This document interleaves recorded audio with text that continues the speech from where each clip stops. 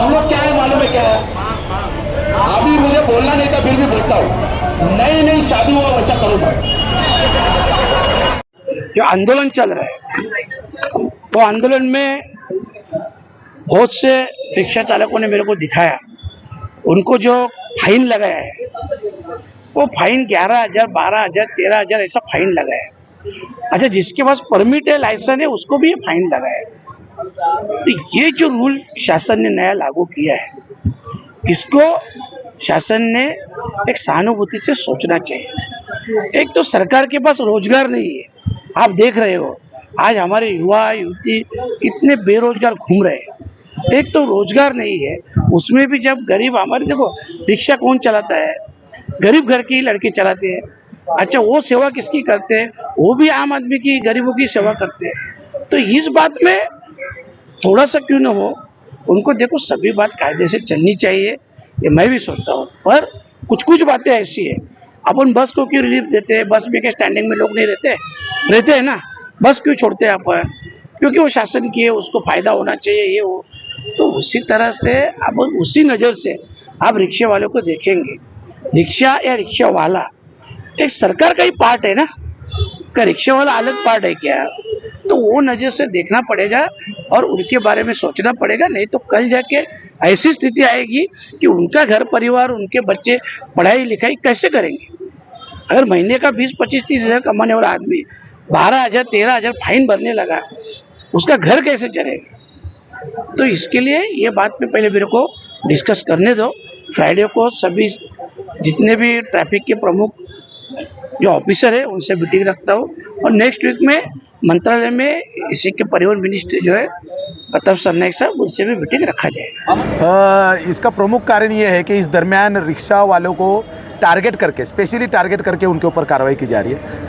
रोज़ की जो कार्रवाई है उसके लिए तो हम कोई ऑब्जेक्शन लिए नहीं, लेकिन स्पेशली टारगेट करके रिक्शा वाले को ही कार्रवाई हो रही है। और वो कार्रवाई जो है वो पुलिस स्टेशन मार्फत हो रही है, मतलब ट्रैफिक के मार्फत नहीं हो रही है, पुलिस स्टेशन के मार्फत हो रही है। और हमने जब इंक्वायरी की तो हमको ऐसा मालूम पड़ा है कि उनको आदेश है कुछ रोज़ के इतने केसेस करने हैं।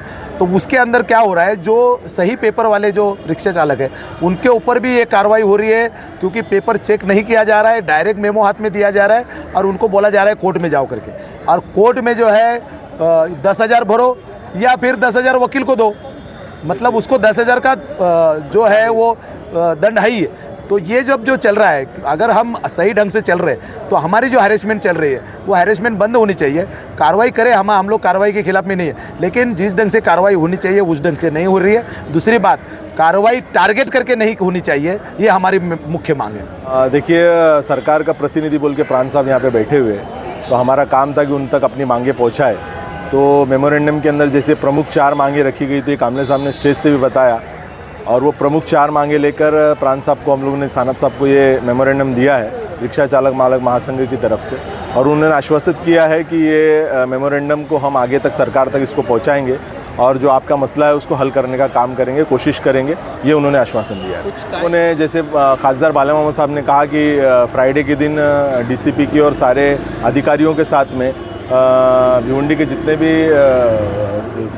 महासंघ से रिलेटेड जितने भी संस्थाएं हैं उनकी मीटिंग की जाएगी, उनके प्रतिनिधियों से मीटिंग की जाएगी, उनके सामने ये मांग रखी जाएगी। उसके बाद में अगर सोल्यूशन नहीं निकलता, उसके बाद में हम लोग देखेंगे बेमुद्दत हड़ताल किस तरीके से की जाए, भिवंडी का चक्का जाम करने का काम हम लोग करेंगे। जिस तरह भिवंडी रिक्षा चालक मालक महासंघ यांच्या वतीने या रिक्षा चालक मालकांच्या जो चुकीच्या पद्धतीने ज्याने फाईन लावण्याचं काम चालू केलं आहे, या संदर्भात महासंघाने महाधरण आंदोलन आयोजित केलं होतं।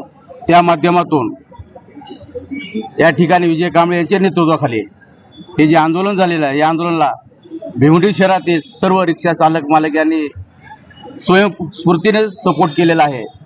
आम्ही या माध्यमातून आता आम्ही प्रांत अधिकारी यांना निवेदन दिलेलं आहे। प्रांत अधिकारी साहेबांनी आमचं निवेदन स्वीकारलेलं आहे। आमच्या ज्या मागण्या होत्या ते बोलले की आम्ही वरपर्यंत पाठवून देऊ आणि त्याचं निरसन करण्यात येईल।